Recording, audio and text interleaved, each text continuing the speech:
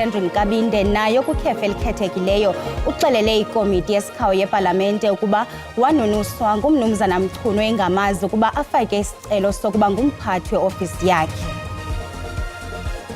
Cabinet is confident of South Africa's readiness to host a successful first G20 summit in the African continent. Umphathiswa kwiofisi yobongameli uKhumbuzo Ntshabeni uthi kwiintsuku ezilithoba eshiyekileyo phambi kwengqungquthela yenkokheli zamazwe ngamazwe G20 ikhabhinethi iqinisekile ngokuphumelela kwayo emva kokungqutyaniswa kwentloko ziinkokheli zesizwe eNasrec eRhawutini.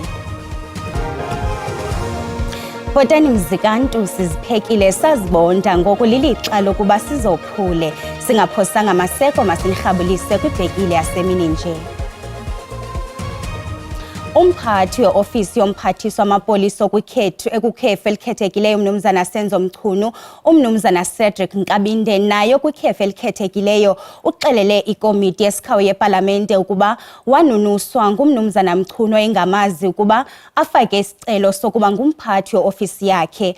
Oku kuvakale kuphikisa ingxelo ayenzayo umnumzana Mchunu yokuba umnumzana Nkabinde waqeshwa phakathi koluhlu labagqatswa. Ukuthethe oku kule komiti yepalamente phambi kwayo ngale ntsasa.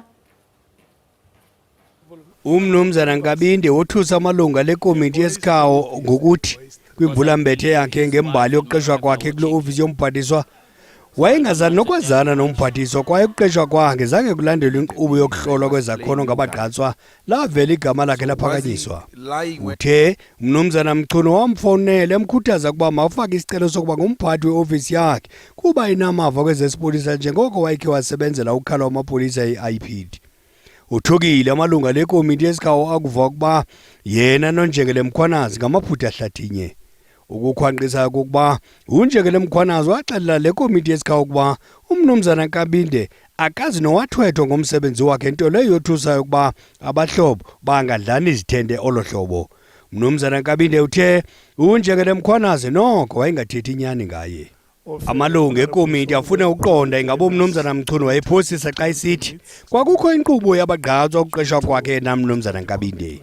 He only nominated me. When I was listening that, I just thought he's speaking about the list of people that he nominated. And then I also understood when he talks about interviews and all, because I know he does not even get involved in those things. Maybe he talks about the normal recruitment process, because he does not even know who is even dealing with those things. Ebuzo lwalukhona uhlolo lwesakhono eqesheni kwakhe uthe. No, there was no interview, Chair. Thank you. Thank you. Saqhuba umnumzana Nkabinde nokunika ubungqine kule komiti yesikhawu yepalamente ephanda izityholo zobudladlunge ubutshijolo nobumenemene kwinkonzo yesipolisa nengalo yomthetho ngokubanzi. Umphathiswa kwiofisi yobongameli uKhumbuzo Ntshabeni uthi kwiintsuku ezilithoba eshiyekileyo phambi kwengqungquthela yenkokheli zamazwe ngamazwe e-G20 ikhabhinethi iqinisekile ngokuphumelela kwayo emva kokungqutyaniswa kwentloko ziinkokheli zesizwe eNasrec eRhawutini. With 9 days to go to the G20 Leaders Summit on the 22nd to the 23rd of November 2025 in Nasrec, Johannesburg, Cabinet is confident of South Africa's readiness to host a successful first G20 summit in the African continent. Nesibhozo ukuya ngomhla wama-20 kule nyanga yenkanga inxalenye yemihlangano elikhulu elinama-30 ethe yachotshelwa phantsi ziinkokheli ukulungiselela ingqungquthela eliqiniseke ukuba iza kuqhuba ngokuthetye namazwe ehlabathi e-G20 ngomhla wama-21 ukuya ngowama-22 kule nyanga.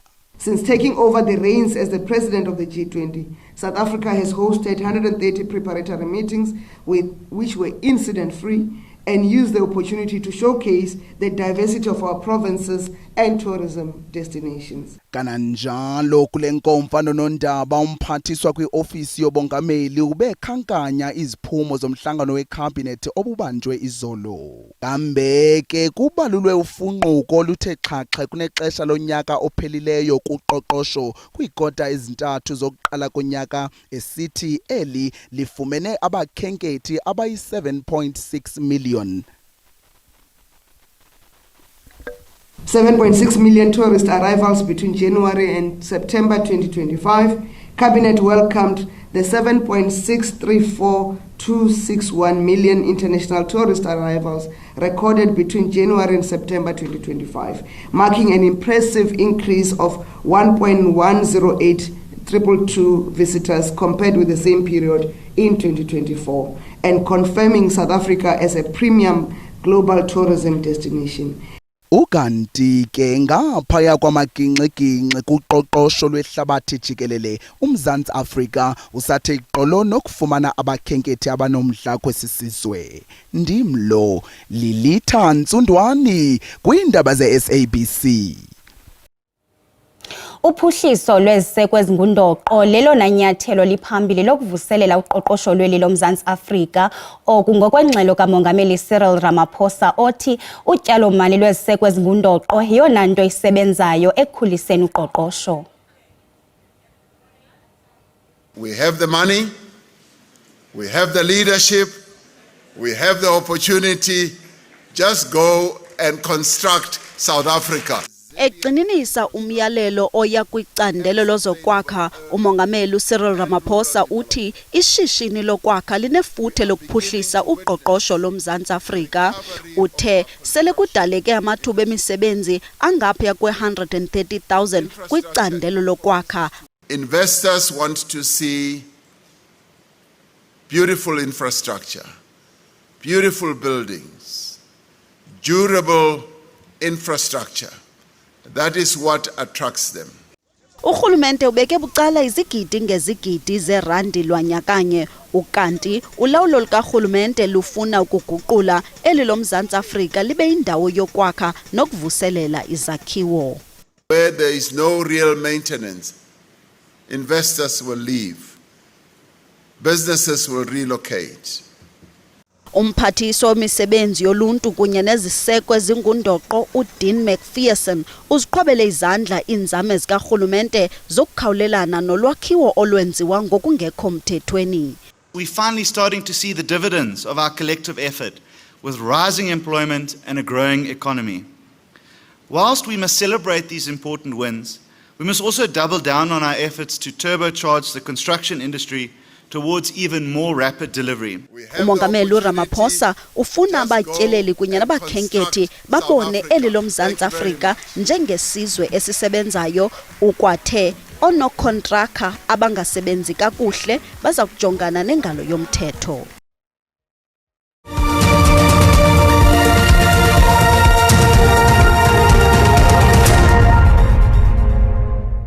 Sinamkele kwakhona sihlabele mgama malunga neentsapho ezilikhulu ezingenandawo zokufihla intloko emva kokuchatshazelwa zizikhukhula ezahlasela ingingqi yaseMthatha eMpuma Koloni ezisadinga nangoku. Urhulumente ufuthusele iintsapho ezingaphezulu kwama300 kwiindawo zokuhlala zexeshana kwifama yaseMaiden. Iintsapho ezilikhulu eziseleyo azizange zabelwe kwaye bezifuna impendulo kwabasemagunyeni kodwa kusathe cwaka. Aba ngabanye babantu abachaphazeleka ngamandla intlekele yezikhukhula ngoJuni walonyaka. Bangaphezu kwekhulu abantu abaphulukana nemiphefumlo ngelixa amakhulukhulu amakhaya atshabalalayo. Urhulumente wangenelela ngokwakhela abantu izindlu zethutyana efuthusela amaxhoba ezikhukhula eMaiden Farm.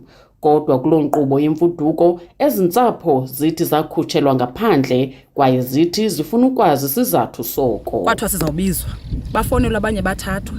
Ndithe xa ndisiya kwamasipala ndifuna uyoziqondela into yoba kwenzeka ntoni ngebhangalo lam. Ileda lalindinceda phaa lathi labuza igama lam, ndamxelela nesename nami wathi uyaqala ukuliva igama lam and ibhangalo eziseMaiden Farm ziphelile. So ndifuna uqonda uba singancedwa ngantoni. Andithathi ntweni. Ndinabantwana abahlanu nabantwana ndihambe ndibahlalisa ke siyancocolaza nabantwana ngoba nasemirentweni xa urenta abantwana xa unabantwana abaninzi awufuneki. La maxhoba ezikhukhula oyikisela into embi enokuhla xa esaqhubeka ehlala kwiindawo ezikufuphi nomlambo. Sizawuthathwa nini thina ngoba lokhu siyoyika imvula ziyabuya lihlobo ngoku elini and abantwana bayoyika once ukuthi ndindi izulu abantwana bamfuye bethe khoqo eca kwebhedi besoyika uba mama sizothini uba ndikho ndisetana funa uba izulu liyatshintsha ndigijime ndibuyele endlini abantwana bayoyika. Umzi wami wawutshonile emanzini kwathiwa ke sizawuncedakala sinikwe amabhangala. Thina sikufutshane namanzi sizawunikwa amabhangala silungisele yonke into. Ngoku asinikwa nto asinikwa nalo mabhangala and akho nto ithethekayo ngathi. Umasipala wase-KSD uqinisekisile ukuba onke amaxhoba ngekafumani izindlu zethutyana akhona kuluhlu. Isithethi somasipala uSonwabo Mampoza uthi bagqibe ekubeni baqalisa ukunikezela kwakhona ngezindlu zethutyana kumaxhoba ashiyeka engenamakhaya. Uthi bafumene izindlu zethutyana ezingaphezu kwama200 kurhulumente wephondo eziza kunikwa amaxhoba ngekazifumani. Kwiindaba ze-SABC ndingufundiswa Mhlekude eMthatha. NgoLwesihlanu weveki ezayo umhla we-21 kaNovemba umbutho ongenzi nzuzo wasekwa ngo-2016 olwela amalungelo abantwana nobundlobongela obusekelwe kwisini i-Women for Change uza kuphuma iphulo mbombozone zeli ukuhlaba ikhwelo lokuba ubundlobongela obusekelwe kwisini bubhengezwe njengentlekele kweli ukunaba banzi ngalo mba sinomnye wamatshantliziyo aququzelela olu qhankqalazo luzolileyo uMichael Masina. Michael, siyakwamkela, ingabi ithini intsusa yeli nyathelo lokumiswa ngxi kwesizwe ngomhla we-21 kaNovemba? Ngiyabonga kakhulu sisi ukuba nami namhlanje. Ngomhla ka-21 wakaNovemba esikwenzayo noma esicelayo ukuthi esikufisa ukuthi sikwenze ukuthi sibeke futhi kucace ukuthi silenkinga eSouth Africa.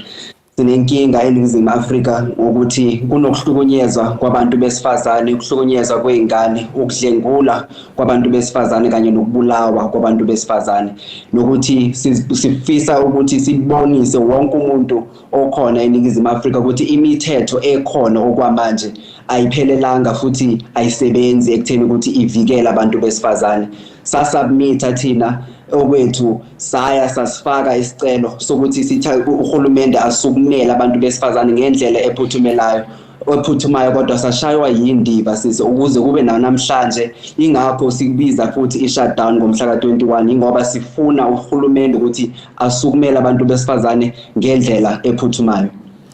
Michael, nikhuthaza umbala o-purple kumakhasi onxibelelwano, ingaba kubaluleke ngantoni ukusabela kwelo khwelo?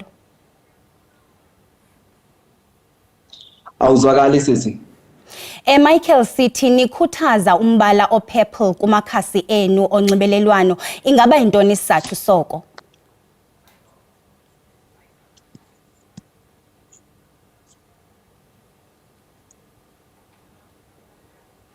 Sixoliseke ngalo magingxigingxi sihlabele mgama iintsapho zamaxhobo kuwa kwesakhiwo saseGeorge eNtshona Koloni zibonakalise umsindo emva kweendaba zokuba indawo yentlekele imiselwe ukuthengiselwa ifandesi. Kuthiwa le ndawo ivula indawo zokuhlala ezintsha. Abantu abangama-34 basweleka kule ntlekele ngoMeyi wonyaka ophelileyo, ngelixa abanye abangama-28 bashiyeka bezingcwelerha.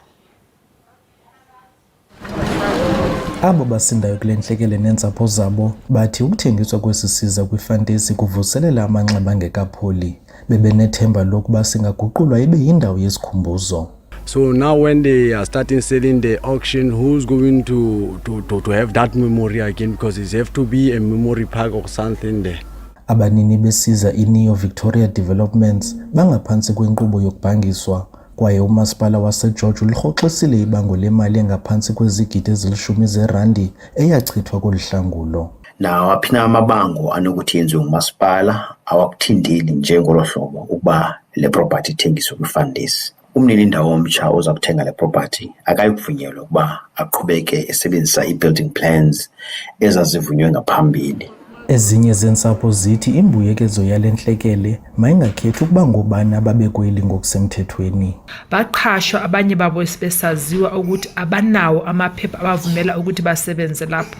iLabour yona kwakumele ikusho lokho ukuthi ngeke bathole isinxaphezelo ngesikhathi wonke umuntu efaka ama-claims. But ngoku kungona bayaziyo uba aba bantu babesemthethweni okanye babengeke semthethweni.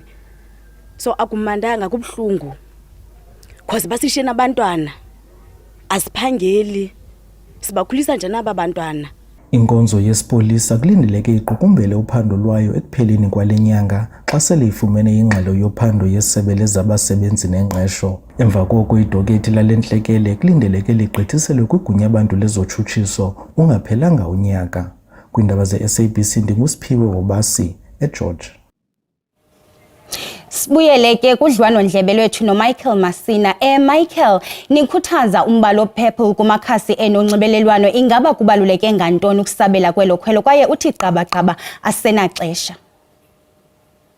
Yebo sesino lo mbala uphephula kuwona umbala nje, kodwa umbala esiukhethile ukuze kwazi ukuthi sibonise amandla wabantu besifazane nokuthi uma wena ungumuntu ohlukunyezwayo noma uke wahlukunyezwa ubumbona lo mbala phephula wonke umuntu osebenzisayo ukwazi ukuthi ukwazi ukuthi awuwedwa nokuthi bakhona abantu abafana njengathi Women for Change kanye nawo amanye amalunga futhi akhona ama-organization angakwazi ukuthi akusize, ukwazi ukuthi uze kuthina uzocela usizo sizokwazi ukuthi sikulalele sikuzwe futhi sikuphe usizo lo oludingayo.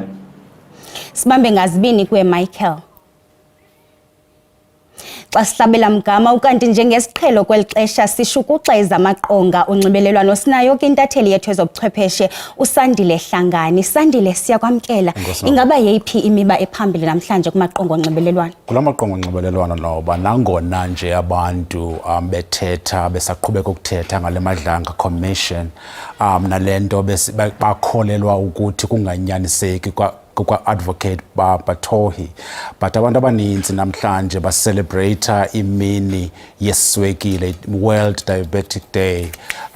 I-World Health Organization ke namhlanje yabakhuthaza abantu kakhulu ngakumbi abo baneswekile, ibakhumbuza ukuba indlela othi otya ngayo yiyo ebalulekileyo ngaphezu kwe-medication le uyisebenzisayo. Ukuba ke uyazazi okokuba awuqinisekanga ngesimo sakho unayo na iswekile okanye awunayo, i-World Health Organization iyacebisa ukuthi ke abantu mabatyelele ii-clinics kwakunye nezibhedlele zabo ezikufutshane, but eyona nto bayigxininisayo yile yokuba abantu mabatye ngendlela efanelekileyo. Umntu ke for iinkcukacha zaloo nto leyo uyawuvizitha ikliniki yakhe online okanye aye ke awokhe aye kwikliniki yakhe. Inqaku lesibini ke elihamba phambili ku-social media le Black Friday, nangona nje i-Black Friday noba ingeyi-28 Friday, kubalulekile ukuthi abantu sibakhumbuze ukuthi phambi kokuba uhambe uyojonga ezazisulu ze-Black Friday kunyanzelekile uba ujonge ukuba ibe yimalini le nto phambi kokuba ibe yile price kuthiwa ihlile. Kodwa yona nto ibalulekileyo ukuba sijonge le nto kuthiwa yi-cybercrime, ngoba nge-Black Friday inani labantu abatsotswayo online liyanyuka. So xa usebenzisa ke okanye usenza i-shopping online kuzawunyanzeleka ukuthi ube sure ukuthi ikhadi olisebenzisayo nee-sites oshophisha kuzo uyazidouble check ukuthi zinabo na ubunyani. Ezona sites zinobunyani ke noba zezi zawuqala ngo-WWHHP. If iqala ngezo letters kufuneka uyazi uba inyanisekile. Sibambe ngazibini kweSandile. Desidibane kwakhona kamnandi nto zakuthi.